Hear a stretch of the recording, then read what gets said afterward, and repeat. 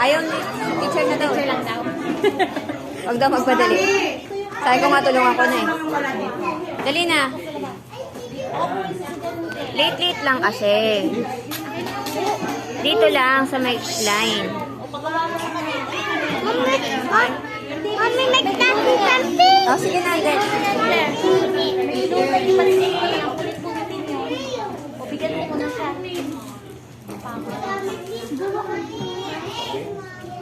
Mami, ikaw yan. Ayan, lagay mo na yung mga small one. Get mo yung small. Kompleto mo na ito. Ito, ayan o, ganito. Oh, dali. Dali. Yan.